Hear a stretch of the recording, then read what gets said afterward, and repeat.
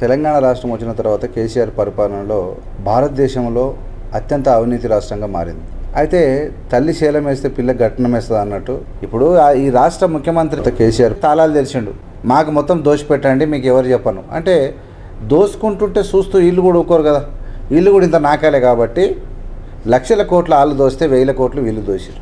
మొత్తం మీద రాష్ట్రం అనే చీఫ్ సెక్రటరీ, ముఖ్యమంత్రి తనకు దగ్గర ఉన్నటువంటి మంత్రులు, చీఫ్ సెక్రటరీ అండ్ కలెక్టర్లు, రెవెన్యూ డిపార్ట్మెంట్లో ఎంఆర్ఓ నుంచి మొదలనుకో, ఎంఆర్ఓ ఆర్డీఓ మొదలుకొని లక్షల కోట్ల రూపాయలు ఈ రాష్ట్ర ప్రజల సొమ్ము సచ్చే వరకు మింగిరు. ఇలా అప్పుడు చేసినటువంటి అవినీతి నాయకులు ఎవరైతే ఆఫీసర్లు ఉన్నారో ఈ కాంగ్రెస్ ప్రభుత్వం వచ్చినాక ఏం చేస్తారంటే ప్రజలు ఎవడెవడైతే లుచ్చగాడు ఉన్నాడో వాళ్ళందరి మీద కాన్సన్ట్రేషన్ చేసి ఏసీబీని ఆశ్రయించడం మొదలుపెట్టారు. కేవలము కాళేశ్వరంలో పని చేసినటువంటి ప్రాజెక్టు కోసం పనిచేసిన ఇంజనీర్లు 4 ఇంజనీర్ల దగ్గరనే మినిమం 1000 కోట్లు దొరికినాయి. వాళ్ళు ఎంజాయ్ చేసినాయి, తిన్నాయి, దానం ఇచ్చినాయి, లేకుంటే బినామీల పేర్లు ఉన్నాయి, అవి వేరు. దొరికినాయి 1000 కోట్లు అంటే కనీసం 5000 కోట్లనే మింగి ఉంటారు కాళేశ్వరం లోపల. అంటే ఎంత విచ్చలవిడిగా ఈ రాష్ట్ర ప్రజలను కేసీఆర్ మోసం చేసిండో, ఆ కుటుంబం నిలువున ఎందుకు విడిపోయింది? అత్యధిక దోపిడీ. తండ్రి ఉండంగానే కొడుకు బిడ్డ విడిపోవడానికి కారణం ఏంటంటే దోసినటువంటి డబ్బు. పేద ప్రజలు రాష్ట్ర సొమ్ము దోసిరు కాబట్టి మళ్ళీ సిగ్గు లేకుండా మేము గెలుస్తామని మాట్లాడతాం. ఇది మామూలు విషయం కాదు. దొరికిన సొమ్మే 1000 కోట్లు ఇంజనీర్ల వీళ్ళ కాదు. మినిమం 5000 కోట్లు వాళ్ళు తినుంటారు. ఈ హరీష్ రావు 5-6 వేలు 10,000 కోట్లు ఆయన లేపుంటాడు.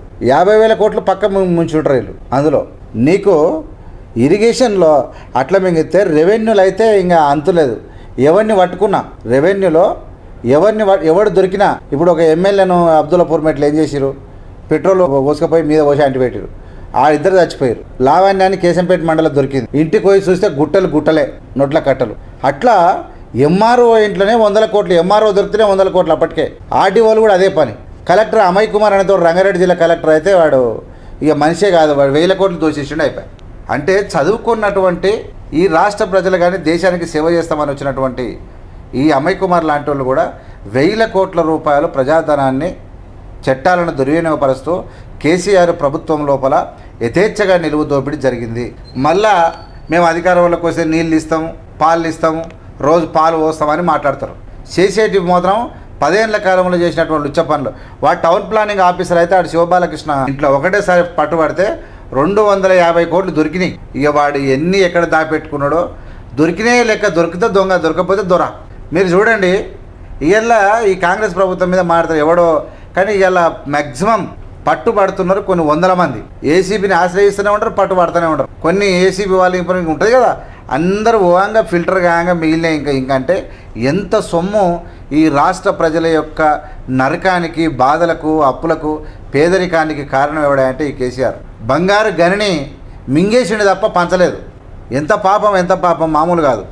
ఇంత ఘోరం అంటే రంగారెడ్డిలో నువ్వు ఏ రెవెన్యూ ఆఫీసరు అందరూ అంతే. ఇక